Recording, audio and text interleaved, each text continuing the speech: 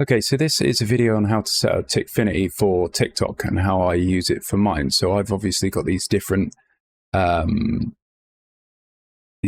segments that are set up for things when people join my live. It will do this. Welcome in test user, kick back and crack a few tins. If I get a new follower, it's this one. Test user, thanks for following. Test user, thanks for following. And so on and so forth. So it's stuff like that. So what you want to do is you want to go over to action and events. Now you might not have any of these, which means that you'll have to create an action. Now you can have 5 custom ones unless you pay for TikFinity. So I've got my 5. My first one that I have is the join. So I'll show you how to do this. So you go into edit and then you just name it what you want. So I call it join and then read TTS. Now I've put welcome in username, kick back and crack a few tins. Now you can change that to anything that you want. I always have it set to default voice. That way it carries on reading it. You don't have to pay anything extra. And you can test it by making sure that it's on there. So there's a placeholder params there. So that will let you know what's going to say. So username is an easy one to copy and paste. And then you just test it. Welcome in username, kick back and crack a few tins. So then it will replace username with whoever's just joined. I don't have any of these other ones. I set the display duration for 10 seconds, the media volume at full. I always have it on screen 1, and I'll explain why that's important in a minute. And, well, I don't need to have it on enable fade in or fade out. So then that's the first one set up. And you go through it. So your follower got follow alert. That one's a follower. That one I have an animation on it. And I also play the audio, and it is thanks for following.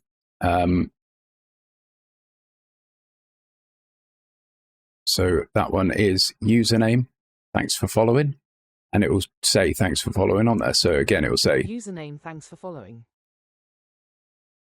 And it will also play the Herbert the Pervert soundbite. Again, I only have that one done for 5 seconds, full volume, screen 1, so on and so forth. Again, gift alert. I call it gift alert. So this one is thanks for repeat count X and then gift name. And then that's the alert that it will show. So it will show what they've gifted and who's gifted it. And then I'll have it read username, thanks for repeat count X gift name. So then that will read it as username, thanks for repeat count X gift name. But then when you're actually in the stream, it will tell you what they've gifted, who gifted it to you, and so on and so forth. Again, that one's 5 seconds, screen 1. Perfect. My like alert. So this tells me like thanks for X amount of likes. So it's thanks for total like count likes. And then again, username, thanks for total like count likes. And it will read it like this. Username, thanks for total like count likes. But it will just sort of drop in and say how many likes it is. Again, screen 1. It usually reads them out in the hundreds. And then my sub alert is again, same thing. I've got an audio on there. Thanks for subscribing, and username, thanks for subscribing. Sounds like this. Username, thanks for subscribing. Okay. Screen 1, save. Now, the reason why screen 1 and all of that kind of stuff is important is because down here, you've got your screens. So I've got my events as well. And my events are set up to act with these actions. So any of the events that you've got, it will do things. So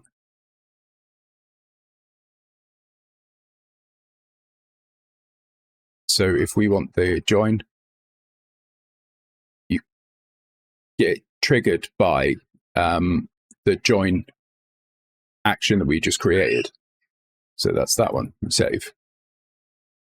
I think this one does the same thing. I think I've done it twice.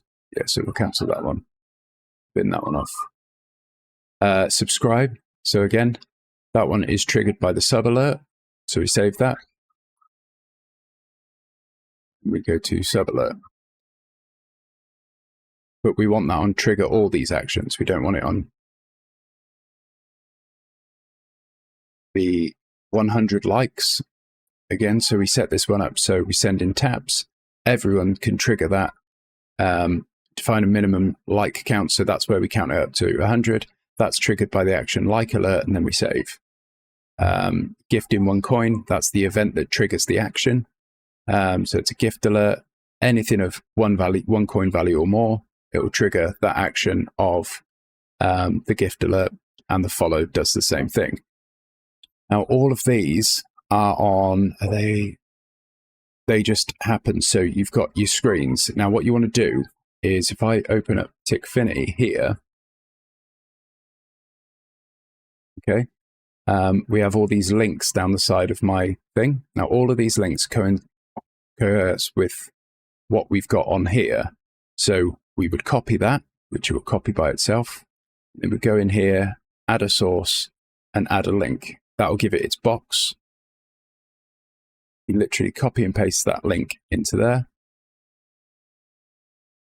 And then you add that as a source. Now, I've already got it added, so I'm not going to.